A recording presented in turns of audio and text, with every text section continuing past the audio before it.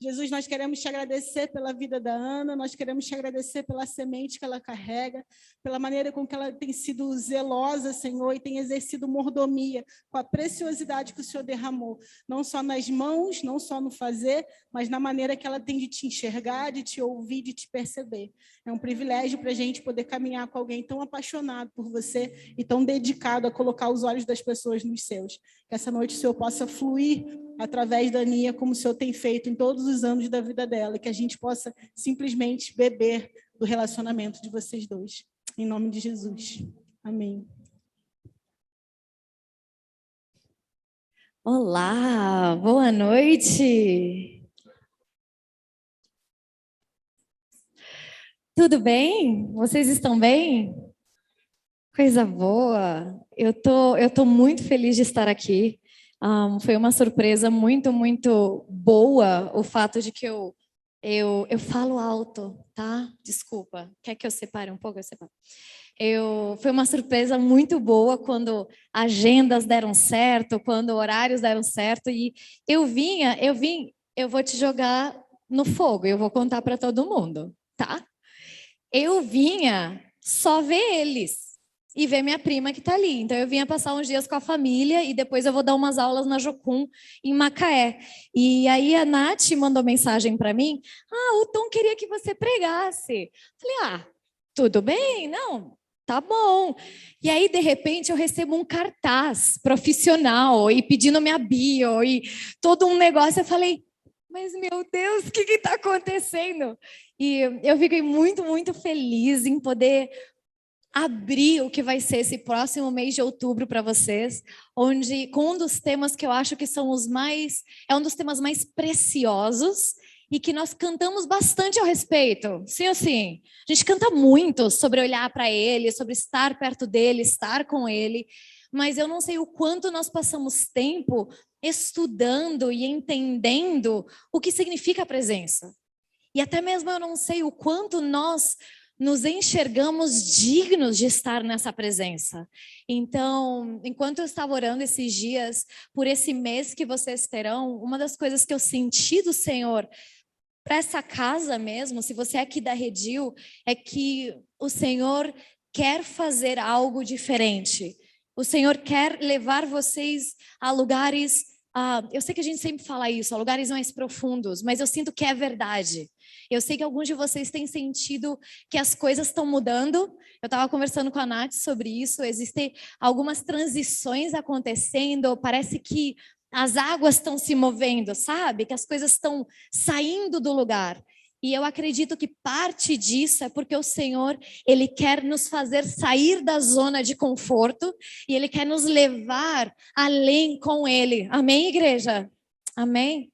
Então, eu gostaria que o nosso texto principal vai ser 2 Coríntios 3, mas eu quero começar falando sobre o que é a presença. Então, se você olha na palavra, existem diferentes lugares e diferentes textos que falam da palavra, mas um dos meus versículos favoritos é de Davi, é Salmo 51:11, que diz: não me lances de fora da tua presença, não retires de mim o teu espírito. E eu não sei se vocês já perceberam, mas eu gosto de um drama. Você já deu para perceber? Deu, né? Eu sou extrovertida, e a Nath é a minha introvertida que me regula, entendeu?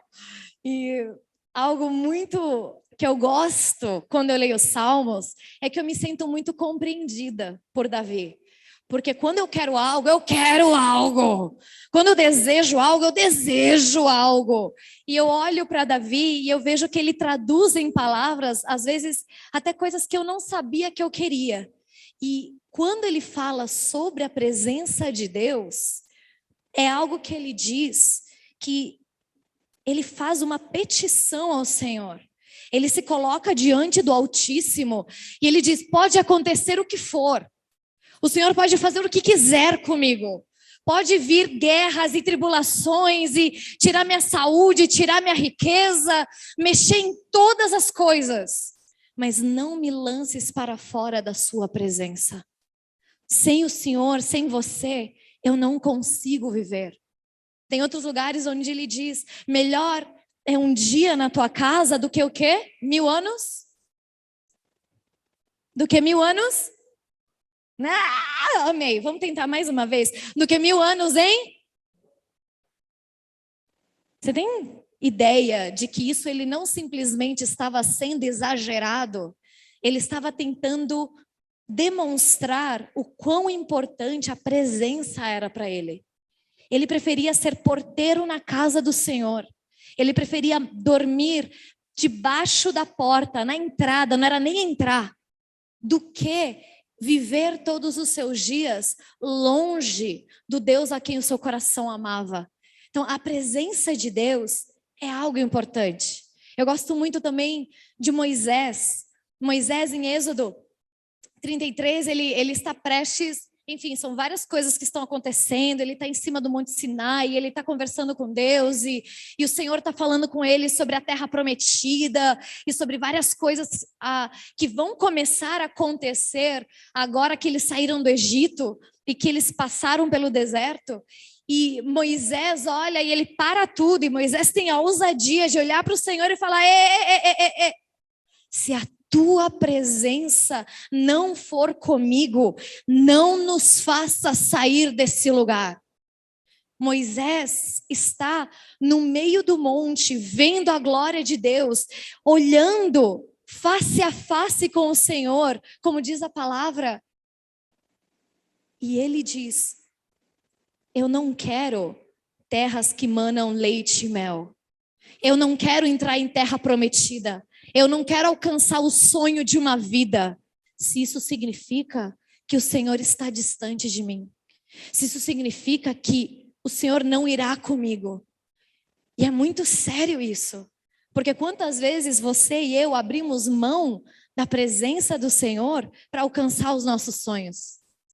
Quantas vezes você e eu deixamos de lado muitas coisas que o Senhor prometeu, falou, nos disse que queria nos dar, e nós preferimos aquilo que Ele quer nos dar de presente do que continuar na palavra dEle, na presença dEle. Quantas vezes a gente esquece que Ele é a nossa maior recompensa, que Ele é o nosso bem maior. E hoje à noite eu quero conversar com vocês sobre um pouquinho mais do que significa essa presença. Pode ser? Vocês estão comigo? Fechou. Então vamos lá. Deixa eu me apresentar, né? Nem me apresentei. Desculpa. Meu nome é Ana Duarte, Aninha para os amigos. Eu sou missionária em Florianópolis há 8 anos. Eu trabalho numa igreja que chama F-Hop. A gente é chique, o nosso nome é em inglês, tá? Então é Florianópolis House of Prayer. É muito chique. E nós somos um ministério que começou mais ou menos há 8 anos, com várias famílias americanas que vieram ao Brasil e alguns brasileiros loucos que nos unimos a eles, e nós decidimos abrir uma igreja cujo foco fosse a oração.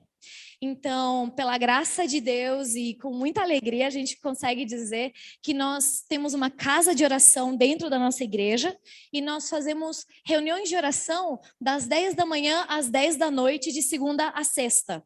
Então, é muito legal, é muito gostoso. Você chega lá na igreja e tem louvor rolando, aí alguém pega o microfone, lidera o pessoal em oração, aí em outro momento nós abrimos a palavra e nós estudamos a Bíblia e os cantores cantam aquilo que a gente acabou de estudar. É muito gostoso. Se vocês quiserem, dá para ver online pelo YouTube, nós transmitimos os turnos de oração, é bem gostoso. Enquanto você está trabalhando, você deixa ligado, você só vai ouvindo. É muito bom. Fica a dica, tá? F-Hop BR, tá? Merchan. Fechou. E durante esses 8 anos lá, eu tive a alegria e o privilégio de fazer parte do centro de treinamento. Então, esse é o meu nicho. Microfone na mão, ouvidos abertos e uma Bíblia cheia de informação para passar para as pessoas. Atualmente, eu lidero uma escola de missões que está voltada para empreendedorismo e estamos engatinhando e vendo o que o Senhor quer fazer conosco. Então, tem sido 8 muito bons anos. Só que nem sempre eu me via como missionária. Eu, para falar a verdade, eu fugi muitos e muitos anos. Alguém se identifica? É. Pois é, eu sou dessas. Tá? Tô com vocês. Só que assim, eu sou neta de missionários, sobrinha de missionários, filha de missionários, prima de missionários. E meu irmão fugiu e foi trabalhar com tecnologia. Ele não quer nada com nada. Mas eu me rendi a esse lugar de missões. E enquanto eu crescia, eu tive a bênção de ter essa influência de tantas pessoas que amavam a palavra e que haviam entregado suas vidas para ensinar a outros sobre Jesus, certo? E eu lembro de ouvir a minha avó, que era presbiteriana, tá, minha senhora avó. E eu lembro que quando ela falava sobre a presença de Deus, ela falava que a presença de Deus era um lugar de reverência, onde você não podia simplesmente chegar diante do Senhor de qualquer jeito, mas que era o lugar de temor e tremor, que o Senhor é aquele que se veste, que se rodeia de luz impenetrável, de luz inacessível, como diz a palavra, e que nós devemos olhar para a presença dele, para quem ele é, com essa consciência de que ele é santo, que ele é digno de ser louvado. E era bem interessante porque desde pequenininha ela fazia que nós orássemos ajoelhados. Então, era o Senhor Deus Altíssimo e era ajoelhados. E não podia usar gíria e tinha que usar versículos nas orações. E algo que eu acho muito bonito do que ela nos ensinou como netos foi esse lugar de reverência. A presença do Senhor é digna de reverência.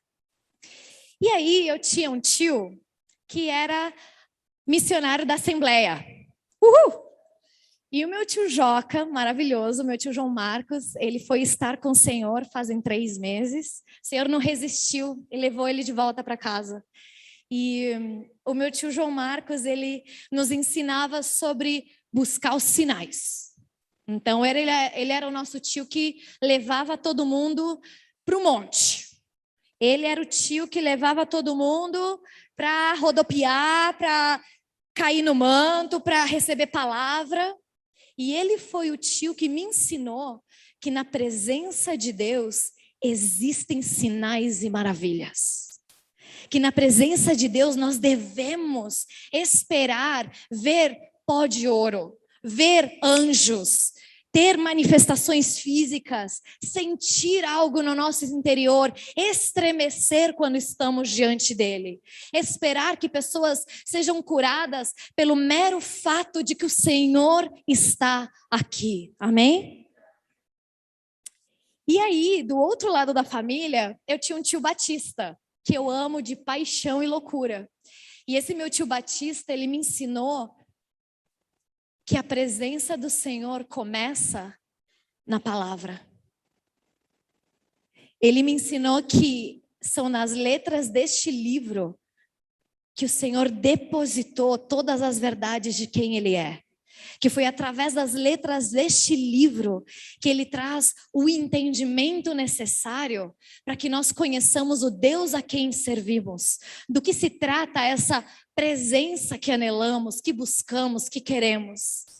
Então, meu tio Batista, ele me ensinou que para entrar na presença também é necessário a sabedoria da palavra.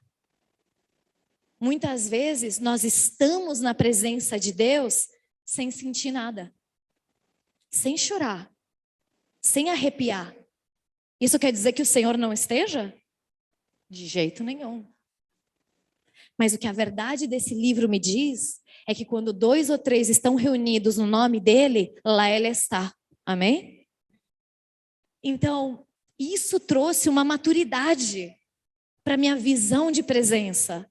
Então, peraí.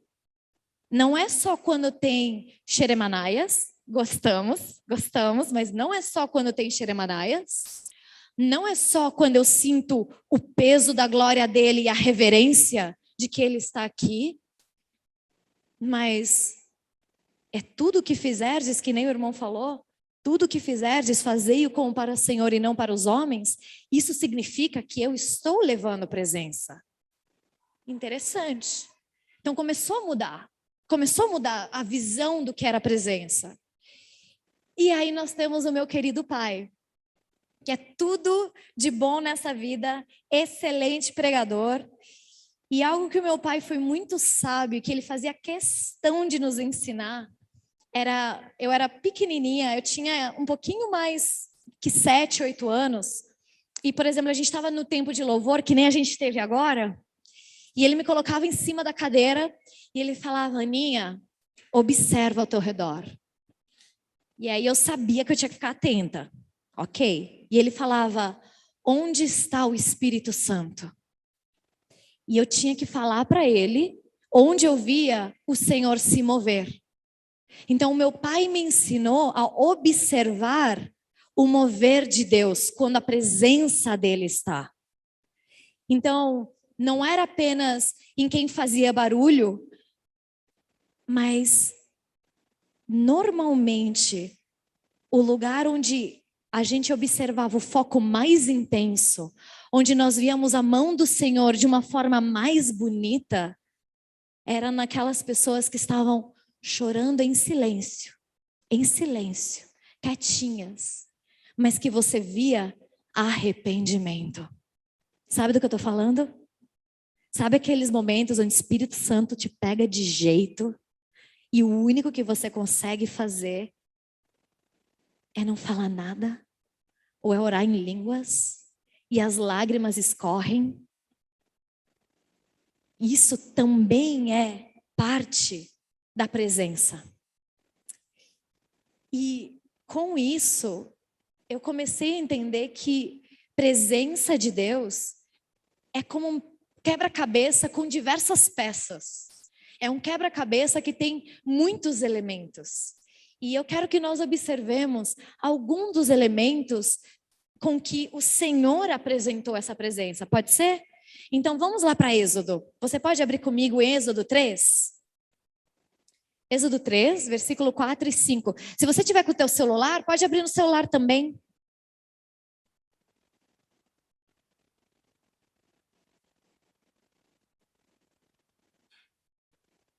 Eu também vou abrir aqui. Êxodo 3, 4 e 5 é a história da sarça ardente. É o chamado de Moisés. Ele, judeu, adotado pela filha de Faraó, cresce na corte de Faraó. Quando é adulto, observa, vê como o povo de Israel está sendo maltratado, vai defender alguém, enfim, acaba matando um egípcio e ele foge para o deserto de Midian, onde ele passa 40 anos. A gente conhece a história de Moisés, certo? E então, está ele nos seus afazeres, cuidando de ovelhas, sendo pastor, vivendo a sua vida. E de repente, no capítulo 13, ele vê um arbusto, uma sarça, uma árvore baixa que está pegando fogo. Só que não era um fogo normal. Era uma árvore que não se consumia. Se você já viu lareira, se você já viu fogueira, o que acontece quando a gente coloca madeira? Ela vai virando cinzas. E ele ficou observando aquela sarça e ela não se consumia. E ele ficou curioso. Gosto de Moisés, me identifico. E ele vai para mais perto e ele diz: eu vou enxergar o que está acontecendo. E vamos ler comigo, versículo 3. E ele diz: uma voz sai da sarça e diz para ele. Então Moisés disse: vou me aproximar para ver essa coisa espantosa, essa coisa tão chocante.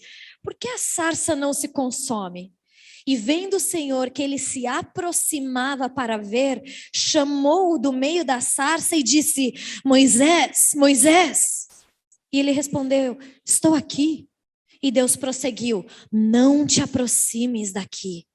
Tira as sandálias dos pés, pois o lugar em que estás é terra santa. O primeiro encontro de Moisés com a presença é um encontro de reverência. Lembra o que a minha vozinha falava? Lembra? Minha vovozinha presbi, maravilhosa? A primeira instrução que o Senhor Deus entrega àquele que o veria face a face é: tira as sandálias dos teus pés, pois esse lugar é santo. Na minha presença, Moisés, nós não chegamos de qualquer jeito. Na minha presença, Moisés, precisa haver reverência, porque eu sou um Deus santo. Sabe o que significa santo? Santo significa totalmente separado. Mas um separado não porque ele não queira se misturar, mas é porque ele é totalmente diferente a nós. Eu e você, pecadores, certo? Uhul! Ele criador, nós criatura. Ele Deus, você formiga. Sim? E quando nós chegamos perto desse Deus, quando nós nos aproximamos a essa presença, a primeira instrução que o Senhor nos dá é que não pode ser de qualquer jeito. Porque a santidade dele é fogo consumidor. A santidade dele merece, precisa de reverência e de dignidade. Faz sentido? Moisés então passa pelas pragas, acontece toda a questão de libertar o povo de Israel, tem todo um relacionamento entre Deus e Moisés, e Deus e o seu povo, que é restabelecido. Eles são tirados do Egito, eles passam pelo Mar Vermelho, sim? Todo mundo lembra? Sinais e maravilhas, por onde você olhasse, por onde você procurasse, você via Deus se mostrando como forte, como poderoso, como fiel. E eles chegam então ao meio do deserto. Vamos abrir então em Êxodo 13, pode ser? Êxodo 13, versículo 21 e 22.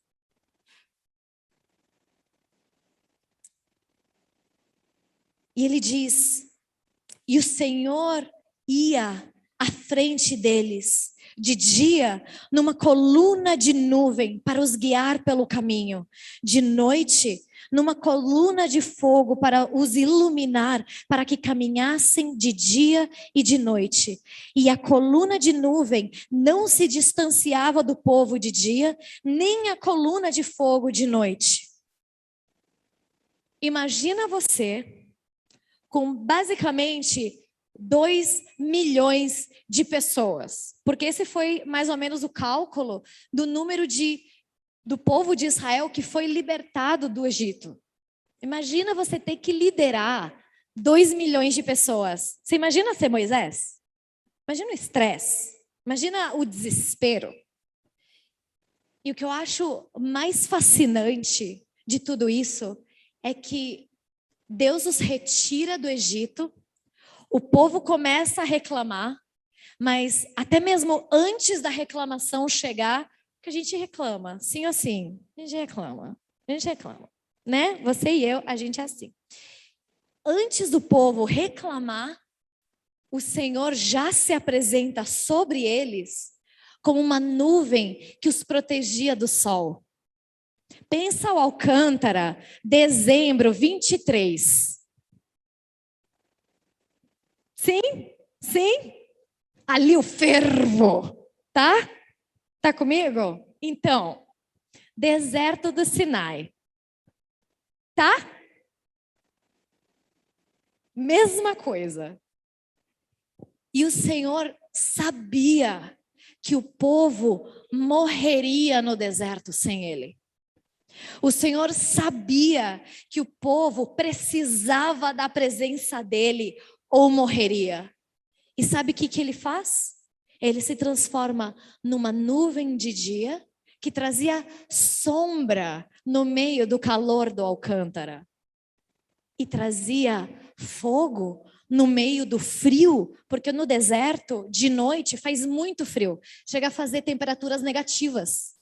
Então o Senhor, ele se apresenta e ele apresenta a presença dele como provisão. Ele veio primeiro como santidade, como reverência, como lugar onde ele mostra quem ele é, e depois ele apresenta a sua presença como provisão e como proteção. Sabe o que aconteceu enquanto eles estavam caminhando no meio do deserto? O Senhor enviava o maná, lembra? E aí eles cansaram do maná, e o Senhor começou a mandar o quê? Codornas. E aí eles tinham sede, e o Senhor fazia o quê? Enviava água. E o que acontecia com as roupas deles, vocês lembram? Não se desgastava. Você entende que eles caminharam 40 anos no deserto? E eles não tinham que trocar de roupa? A roupa deles não desgastava? Você compra uma blusinha na Renner, minha gente, dura uma semana. 3 lavagens já foi, sim ou sim? Você entende que isso é provisão divina? Queria eu. Então nós vemos que dentro da presença de Deus existem diferentes elementos. O que você tem procurado na presença de Deus? Será que você tem procurado o Deus Santo? Como diz em Apocalipse 4, a gente não precisa abrir, mas em Apocalipse 4, diz que João sobe dentro da sala do trono e ele vê um cenário, e o que ele vê é um trono, e ao redor desse trono haviam outros 12 tronos e 4 seres viventes, e que nesse trono estava sentado o ancião de dias, que é o Deus Altíssimo. E ele diz que esses 4 seres viventes que estavam lá, eles tinham olhos por todo o corpo, e dentro deles, e fora deles, e atrás deles, e por onde você olhasse, eles tinham olhos. E eles olhavam para Deus, olhavam para o trono, e o único que eles conseguiam dizer era: Santo, Santo, Santo. Será que essa tem sido a tua atitude quando você se coloca diante do Senhor? Procurar a santidade dele? Ver o esplendor de Deus? Entender o que significa o mar de cristal? Entender que tem como um arco-íris na frente e tem como um rasgo assim, é como se passe uma coisa verde como esmeralda, que fala de misericórdia, e é uma cena totalmente estranha e diferente. Será que é isso que você tem procurado entender quando você está na presença? Ou talvez a presença tem sido para você esse lugar de experimentar a provisão de Deus. Talvez tenha sido o lugar onde você tem chorado as pitangas para os boletos que tem que estar vencendo, e você tem que pagar, e você fala: meu Deus, e o bendito do limite do Nubank aumentou, e eu fui, e não deu certo. É válido? É válido. Talvez você tenha precisado uma cura física na tua família. Talvez você tenha olhado para o Deus que é a coluna como uma nuvem e uma coluna como fogo, e você tem procurado a proteção. Talvez tem pessoas que têm se levantado contra você, talvez tem vozes que têm se levantado contra você, talvez é algo dentro da tua própria mente. Talvez você tenha lidado com depressão, talvez você tenha lidado com ansiedade, talvez você tenha lidado com tantas outras coisas. E talvez então a presença tenha sido essa fonte de proteção e de provisão para você. E eles continuam na caminhada no deserto, e Moisés continua. Vamos abrir agora em Êxodo 24. Estou te levando na história dele, tá bom? História dele. E ele continua caminhando. Nós vemos em Êxodo 24, versículo 16 e 17. Aqui é um dos meus capítulos favoritos, porque é onde Moisés vê a Deus face a face, 24 e 25.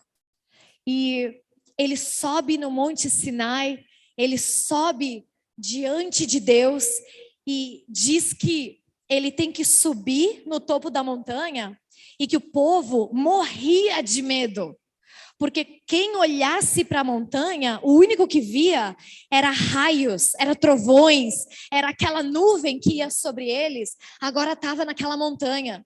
E o que eles apenas conseguiam ouvir era como se fosse som de trovões, que é a voz de Deus. Deus estava conversando com Moisés. Pensa que loucura isso! Você sabe que o salmista, ele fala que Deus, ele tem a sua voz, é como o som de muitas águas. Eu não sei se você já foi em Foz de Iguaçu, ou se você já viu algum vídeo no canal Off, alguma coisa assim. Mas o som de muitas águas é um barulho ensurdecedor. Eu posso gritar no teu ouvido e o único que você vai ouvir é a água. Então, quando Deus estava falando com Moisés, o único que o povo ouvia era aqueles barulhos de trovões quebrando em cima da montanha. Você imagina que medo ver uma cena dessas? Por isso que eles não queriam subir. Eu entendo, povo. Eu não sei se eu teria subido. Só que Moisés sobe. E sabe o que Moisés encontra quando ele está lá? Ele encontra direção. Ele encontra a voz profética. Ele encontra visão de vida. Vamos ver isso. Versículo 16. Vamos comigo. 24, 16 e 17. E a glória do Senhor repousou sobre o monte Sinai, e a nuvem o cobriu durante 6 dias. E no 7º dia, do meio da nuvem, Deus chamou Moisés. E aos olhos dos israelitas, a aparência da glória do Senhor no alto do monte era como fogo que consome. Muitas vezes nós olhamos para a presença de Deus e nós esperamos tantas coisas, mas será que nós estamos esperando o fogo todo consumidor? Sabe o que Deus consome como fogo? Você já parou para pensar isso? Ele não consome você. Muitas vezes nós temos a visão de que Deus, se a gente fizer qualquer besteira, ele vai mandar um raio do céu e nos destruir. Certo? Vocês não, porque vocês são maravilhosos. Eu achava isso. E eu olhava para esse termo fogo consumidor e eu lembro de ter medo. Eu lembro de olhar para Deus e falar, eu não sei se eu quero esse Deus. Eu não sei se eu quero chegar tão perto da presença. Eu acho que eu vou ficar, até aqui. Tudo bem? Eu vou ficar até aqui, porque aqui eu vejo que não chega tão perto do estrondo, do barulho, do cai-cai. Eu vejo que aqui as pessoas estão mais tranquilas, tem uma lagriminha ou outra, mas estamos bem. E quando eu olho para a história de Moisés, eu vejo um homem que em ousadia espera durante 6 dias num monte onde só se ouve trovões e raios e nuvem e não tem nada que ele enxergue além da presença e do fogo que consome. Você entende que ele enxergou isso? Será que você tem a ousadia de olhar para o Deus cujos olhos são como chamas de fogo? Você entende que esse é o fogo que consome? O fogo que consome o nosso Deus é um fogo de amor por mim e por você. É o fogo que consome tudo aquilo que se levanta contra o conhecimento de Deus. É o fogo que diz Cantares, que é um fogo sobrenatural. Cantares, no capítulo 8, diz que ele é um fogo que é como labaredas flamejantes, que é um fogo que nem as muitas águas podem apagar. E esse fogo é o amor de Deus por nós. Sabe, quando nós adentramos a presença, nós encontramos o amor, que é o fogo que consome. Moisés se deparou, sim, com a voz de muitas águas, sim, com os raios, com os trovões, com a loucuragem de ver Deus. Mas o que ele encontrou lá foi aquele a quem a alma dele amava. Foi aquele que capturou o coração dele de tal forma que ele diz: se você não for comigo, nós não iremos. Se você não vier para... Eu não quero saber de terra prometida. Eu não quero saber de sonhos cumpridos. Eu não quero saber de nada disso. O que eu quero é o fogo consumidor caminhando comigo. Vamos para 2 Coríntios 3. Agora você vai entender por que nós estamos falando de Moisés bastante. 2 Coríntios 3, do versículo 7 ao versículo 18, Paulo começa a explicar como existe uma nova aliança. Algo novo que o Senhor estava fazendo através de Jesus e através do Espírito Santo. Vamos ler versículos 7 e 8. Se você quiser ler comigo, eu espero vocês abrirem um pouco. Nesse versículo e nessa passagem, Paulo começa a falar como Deus escolhe transformar uma aliança que já era excelente, algo que já era maravilhoso, e ele decide ir além, pela sua bondade e pela sua misericórdia. Vê comigo o versículo 7. E ele diz: se o ministério da morte, que é o que havia antes da vinda de Jesus, se o ministério da morte, gravado com letras em pedras, as tábuas da lei que Moisés pegou no Monte Sinai, veio em glória, de maneira que os filhos de Israel não podiam fixar os olhos no rosto de Moisés por causa do seu brilho que estava sendo dissipado, como não será maior a glória e o ministério do Espírito? E ele continua no versículo 17: o Senhor é o Espírito, e onde o Espírito está, ali a liberdade, mas todos nós, com o rosto descoberto, refletindo como um espelho a glória do Senhor, somos transformados de glória em glória, na mesma imagem que vem do Espírito do Senhor. No resto desse capítulo, ele começa a falar de Moisés, e eu não vou ler esses versículos, porque a gente já explicou o que aconteceu com Moisés. Moisés subia, Moisés via Deus, Moisés viu Deus como provedor, como aquele que cuida, como aquele que traz visão, como aquele que é o santo de Israel. Ele vê Deus em tantas facetas. E Paulo chega para a igreja e diz: você lembra dos sinais e maravilhas de Moisés? Você lembra das pragas, dos milagres, do maná?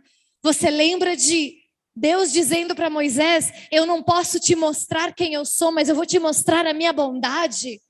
Você lembra de que Moisés descia do monte, o rosto dele brilhava? Vocês lembram dessa história?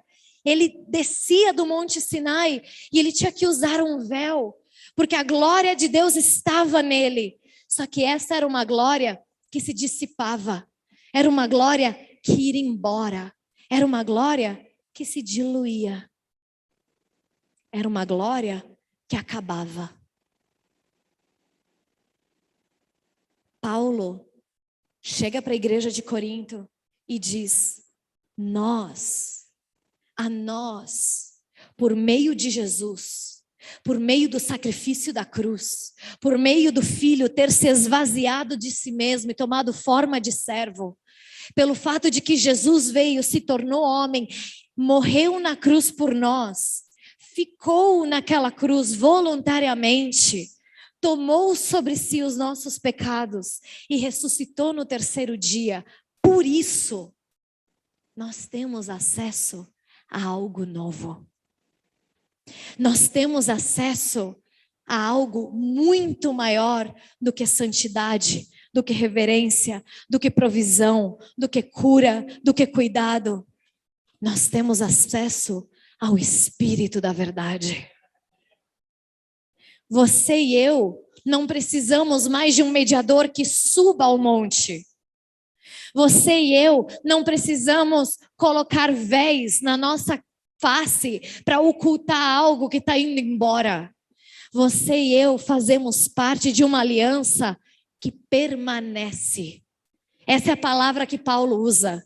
Que nós estamos indo de glória em glória, ou seja, de revelação de glória em revelação de glória, para maior revelação de glória, para maior revelação de glória. E é uma glória que não vai embora. que permanece, que fica contigo. Só que quantos de nós vivemos as nossas vidas como se isso fosse verdade? Quantos de nós lembramos que o Espírito da verdade, o ajudador, habita em nós? Eu não vou abrir, mas João 14 fala que Jesus explica que ele tinha que ir embora, porque senão ele não poderia enviar o Consolador. Alguém que nos mostraria todos, o versículo diz, todos os mistérios do Pai. E por isso era necessário que ele fosse, para que nós pudéssemos ter acesso. Você e eu não precisamos de nuvem, de coluna. Você e eu não precisamos de monte com trovões. Você e eu temos o Espírito da verdade habitando no nosso interior. Será que você entende que o Espírito Santo é Deus? Você sabia disso? Ele é Deus. Então, Deus não está mais num monte. Deus não está mais numa coluna. Deus não está mais numas tábuas que ele escreveu e entregou ao mediador. Deus agora habita em nós. E testifica que somos filhos. O jogo muda. O povo de Israel precisava ser levado da mão. O povo de Israel precisava ser lembrado que Deus era o Deus deles. O povo de Israel precisava de alguém que falasse: ei, olha, tem as tábuas. Ei, olha, você consegue ter acesso ao Pai. Ei, olha, vai ter uma tenda da visitação. Quando você ver a nuvem na tenda, é que Deus está lá. Ei, presta atenção. Jesus nos deixa alguém, porque é alguém, é uma pessoa que habita em nós. E que Ele próprio, Romanos diz, Paulo explica, que com gemidos inexprimíveis, Ele traz tudo aquilo que nós precisamos do Pai, Ele traz a linguagem que precisamos, até mesmo quando nós não sabemos falar. Você não está só. Você não foi abandonado. Você não é alguém que está perdido na vida tentando viver. Por que então nós vivemos o dia a dia como se Deus não estivesse morando em nós? Por que nós vivemos o nosso dia a dia achando que fulano, com certeza o Senhor vai responder às orações? Porque fulano, nossa, super santo. Ah, não. Se o pastor Tom e a pastora Nath orarem por mim, com certeza o Senhor vai falar comigo. Não. Se aquele irmão do manto me entregar uma palavra, então eu vou ouvir a Deus. O Espírito Santo não está em você? Você tem uma Bíblia? Sim? Você tem Bíblia, né? Misericórdia, sim? Se não tiver, gente, pelo amor de Deus, vamos pelo amor de Deus. Você tem Bíblia. Isso daqui, a palavra diz que tudo isso daqui é o testemunho de Jesus. Todas essas letras falam de quem Ele é e nos levam ao relacionamento com Ele. Então, o primeiro passo para nós entendermos presença é perceber que a presença já está em nós, através do Espírito Santo. Você não precisa de um culto especial. Você não precisa da música. Sabe aquelas músicas que você põe no celular e você fala, hoje eu vou para a sala do trono. Elas são maravilhosas e elas são ferramentas. E eu vou te falar a verdade, metade da minha playlist de devocional é o Tom cantando, confesso. E são para isso que Deus levanta pessoas. Só que de nada serviria essas músicas, essa unção, se eu não entender que o Espírito Santo está aqui. Faz um favor para mim. Coloca a tua mão aqui no teu estômago. Aqui em cima. Como se fosse no teu diafragma. Me lê? Fecha os olhos comigo. Obrigada por fechar os olhos. Agora começa a orar em línguas, se você ora em línguas. Se você não ora em línguas, começa a fazer declarações sobre quem Deus é. Tu és santo, tu és bom, tu és eterno. Tu és o alfa, o ômega, o princípio e o fim. Tu és aquele que era, que é e que há de vir. Isso, igreja, continua. Isso, igreja, continua. Mais alto, se você puder, mais alto.